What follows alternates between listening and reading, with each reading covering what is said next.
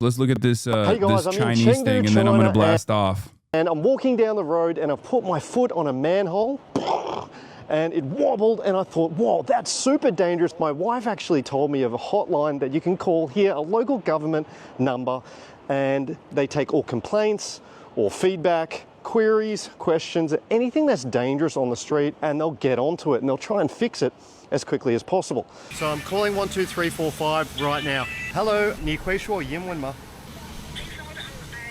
Okay. Okay, 谢谢.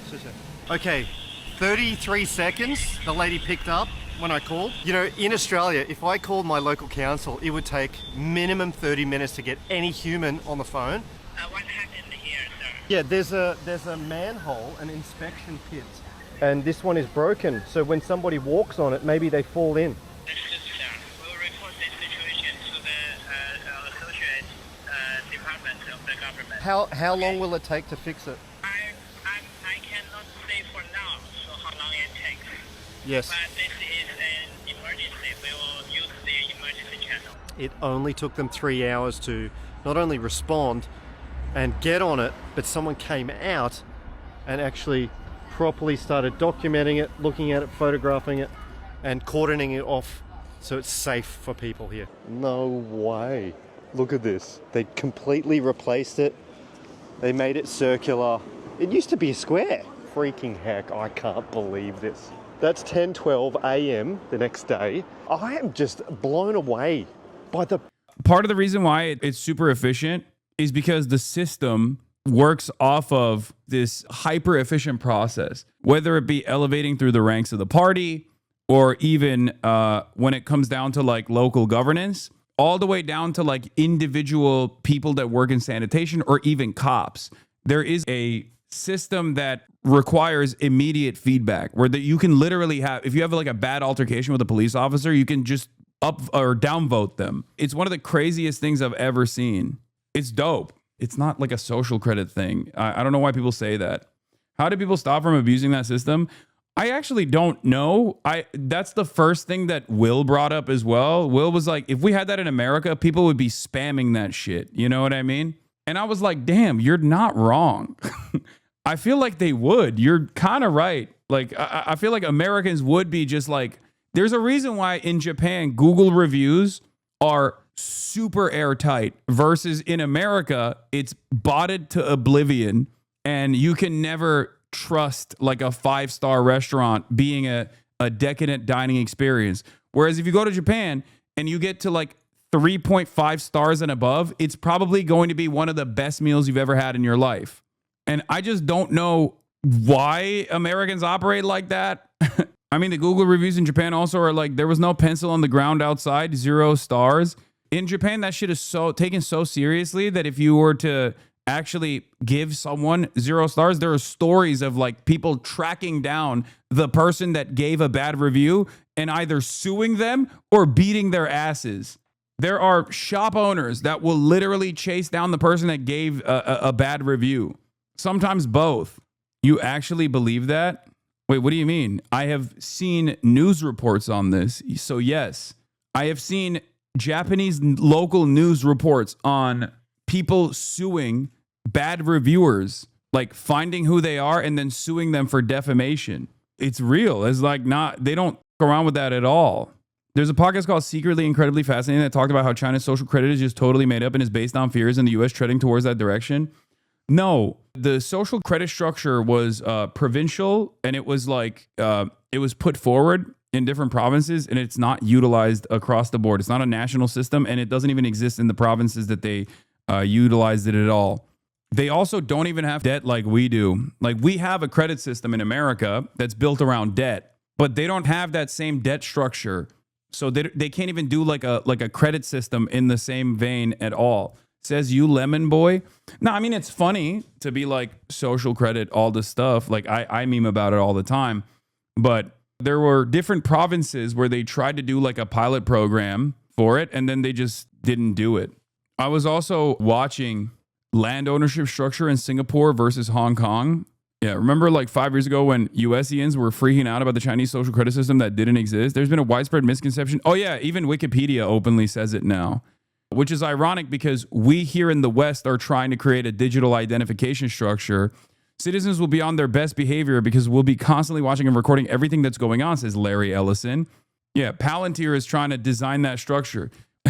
We say it's happening in China, and then we do it ourselves. It's like the JD Vance meme. It's like, oh, you can't say Winnie the Pooh. You'll get thrown in prison in China. They don't have Winnie the Pooh in China. Meanwhile, people are being denied entry into the country for JD Vance memes. It's awesome. Anyway, there's been widespread misconception that China operates nationwide and unitary social credit score based on individual behavior, leading to punishment if the score is too low. Media reports in the West have sometimes exaggerated or inaccurately described this concept. This is from Wikipedia now, by the way. The clarification comes later, but the misinformation is already set in. In 2019, the central government voiced dissatisfaction with pilot cities experimenting with social credit scores. It issued guidelines clarifying that citizens could not be punished for having low scores and that punishment should only be limited to legally defined crimes and civil infractions. As a result, pilot cities either discontinued their point-based systems or restricted them to voluntary participation with no major consequences for having low scores. According to a February 2022 report by the Mercator Institute for China Studies, a social credit score is a myth, as there is no score that dictates a citizen's place in society.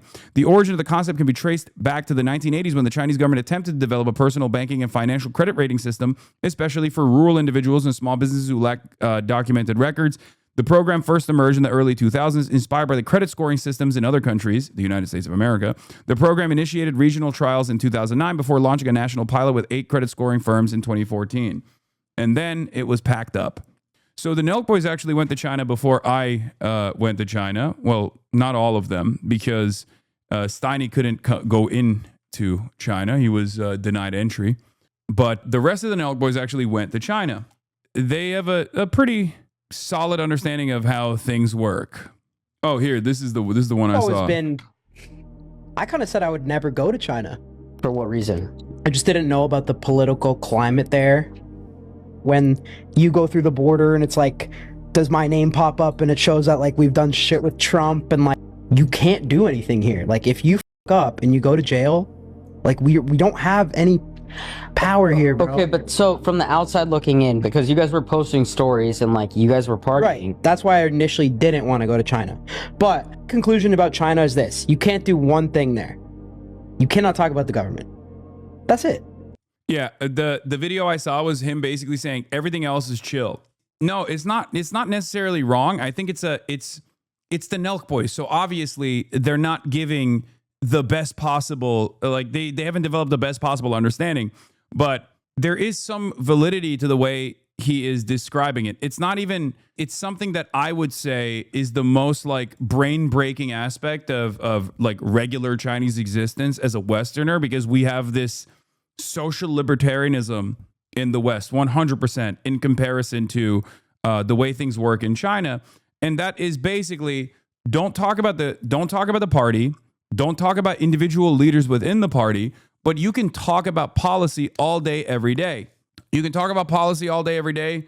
You can talk about foreign policy as long as you don't openly make a mockery of Xi Jinping or Mao or any number of different people, which, by the way, I don't even agree with, for the record. I'm saying that this is the one thing. This is the one thing that, as an American, it's like brain breaking for me, where I'm like, when someone tells me I can't do something, I'm like, I want to do it extra hard, like a petulant little child, right? And it's crazy because it's like there is a level of like social enforcement, and there's a level of self-censorship that exists for that reason. And I think that's like the only aspect that I mean, there's other, foreign policy and domestic policy differences that I have, the criticisms that I have for China that I talk about all the time. But the element of like social repression of that sort is brain breaking for the mind of the average American. It's cultural. It's the same reason why families aren't allowed to bag on the father of the family. There is a cultural element to it, but there's also, Top G is actually correct here. It says you cannot be seditious or advocate for overthrow of the government and the system. You can bitch about your local CCP branch for not fixing potholes. And Chinese people are very open about, bitching about the local CCP branch not fixing the potholes. As a matter of fact, but when it comes to the tippy top of the political structure, then you can't be shitting on them openly. And I personally think it's ridiculous. Make no mistake. I don't, from my perspective, that is annoying. Is it a valuable trade-off for material improvements for the average person? I think plenty of Chinese people who are very happy with their government seem to think so. And that's precisely the reason why every single Harvard study that has been conducted in China about people's satisfaction with their government usually gets infinitely higher marks than we do in the West. But it's not even a necessary trade-off. It's not like mutually exclusive. You can have both. I believe you can have both, and I wish we could have both. But, in America, we're moving in the direction of not having either, which is probably the worst of both worlds. In America, you can critique the politician, but not the policy. In China, you can critique the policy, but not the politician. Yeah, that's a pretty solid way to explain it. Are they not scared shitless of criticizing the government, though? You can critique policy here, too. I know, but I'm saying you can critique the policy here. It's just not going to be heard. That's the difference. Yeah, you can. I do it every day. I do it professionally. It literally amounts to nothing. Okay, that's the problem. Can openly get on Chinese social media and say Taiwan should be free? Probably not. Social media has like a lot more censorship for sure. But see, that's the American brain, right? Immediately you're like, ooh, there are things I can't say. I must say them, right? Like I get it. I understand. I'm the same way. You can disrespect the troops all day, every day in America, right? People will yell at you, but you're not going to like be arrested for it, right? Like you can get banned for it, but you're not going to get arrested for it. You value the ability to openly criticize so much that you've forgotten the value of ability to actually make changes. Our people ask and they receive. Your people ask and you're proud. You can keep asking. Okay, you need to understand something. I'm working through the motions here. I'm saying you should be able to have both. I think the perfect synthesis would be a structure where you do have that freedom, but you also simultaneously get the results. But you have no motion. I agree. Because it goes back to the same dynamic. In China, the government controls flows of capital. In America, the flows of capital control the government. In America, you have two major parties, and neither of them abide by the wishes of the public. When push comes to shove, there is always a uniparty consensus on issues that pertain to the material needs of the working class. And it's always capital that wins that battle. In China, there is tremendous control over flows of capital, and it's in the hands of the government.